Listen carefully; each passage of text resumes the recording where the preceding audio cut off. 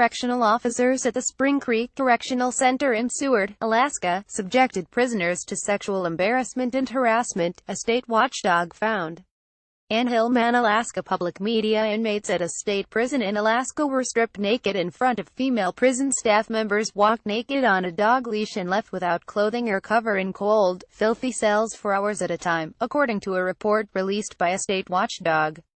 The report, released online last week and referring to events from a 10-day period in August 2013, provided a look at how correctional officers at the maximum security Spring Creek Correctional Center in Seward subjected prisoners to sexual embarrassment and harassment, as well as situations of extreme discomfort, seemingly as punishment for two incidents that had taken place earlier in the month. The report, prompted by a complaint filed by an inmate, found that he and 11 other prisoners had been taken from their cells for reasons that were never officially explained, moved to a different location, unshackled and ordered to strip naked in front of female staff. The complaint said the group was handcuffed again and walked nude on a dog leash, which the report identified as a cuff retainer, to another area of the prison while correctional officers ridiculed and laughed at them. The inmate who filed the complaint said he was then placed naked in a cell that was filled with debris and feces, and had blood on the walls, and was left there for hours. The report was completed and released by the Office of the Alaska Ombudsman, Kate Burkhart. The Ombudsman's office found that the complainant's allegations were justified, meaning that the investigation established that they had occurred, and that the prison staff had violated federal and state laws in its treatment of the inmates. The allegations are so shocking that they are almost unbelievable, Ms. Burkhart said in an interview Wednesday. She said she had been startled by the egregiousness of the alleged violations upon reading the report this summer, when she was named ombudsman.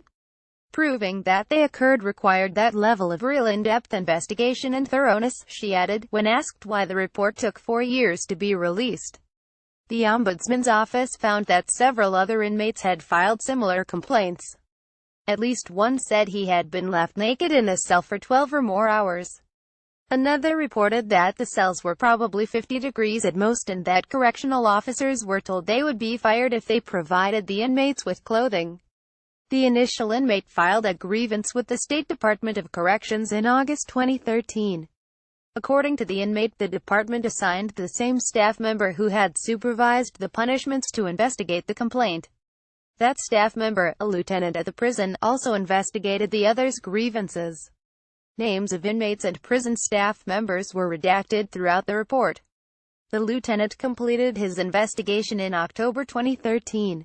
His report said that the inmate had been involved in a group protest on the evening of August 5 and that he and the others were restrained and stripped, partly to alleviate the security threat posed by the prisoners' misuse of their state-issued clothing. The assistant superintendent of the prison upheld the lieutenant's findings and rejected the inmates' complaints, then subsequently denied their appeals.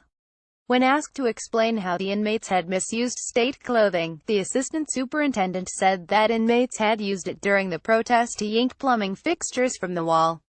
He was unable to articulate how the inmate was intending to misuse his clothing again, the report said. No other written accounts of the episode, including the lieutenant's, alluded to inmates misusing clothing. Ombudsman, government watchdogs established by state legislatures in Alaska, Hawaii, Nebraska, Iowa and Arizona, have no punitive power, so the report's findings do not carry the weight of law. It made a series of sweeping recommendations, including that the Department of Corrections revise its policies on restraint devices such as handcuffs and those on strip and body cavity searches.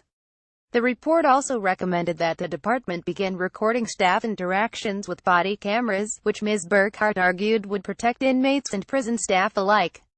The department declined to put in place several of the policies, the report found.